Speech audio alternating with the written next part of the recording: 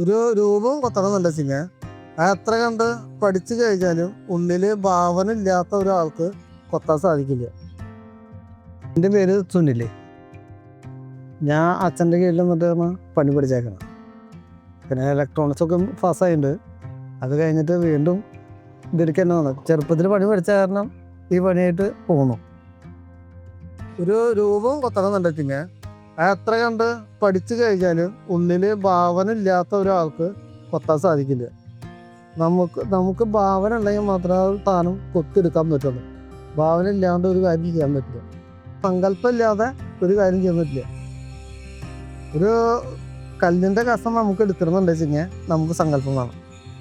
നമുക്ക് എടുക്കണം എന്ന് സങ്കല്പിച്ചാൽ മാത്രമേ നമുക്ക് എടുക്കാൻ പറ്റുള്ളൂ. അത് നമ്മളെ തലച്ചോറിലെ സാധനം ഒരു ചെന്നിട്ട് മാത്രമാണ് നമുക്ക് സാധനം എടുക്കാൻ പറ്റും. ഒരു മനുഷ്യൻ്റെ കണക്കിനനുസരിച്ചാണ് വിഗ്രഹം കൊത്തുക. നമ്മളെ തന്നെ ഈശ്വരനാണെന്ന് സങ്കല്പിച്ചുകൊണ്ടാണ് വിഗ്രഹം കൊത്തുക. അപ്പോൾ ഒരു മനുഷ്യൻ്റെ അളവ് എത്രയാണോ ഉദ്ദേശിച്ചിട്ട് അതിനാണ് നമ്മൾ വിഗ്രഹം കൊത്തുക.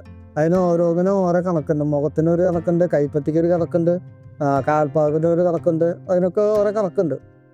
കണക്ക് തെറ്റുമ്പോഴാണ് വ്യത്യാസങ്ങളൊക്കെ വരിക.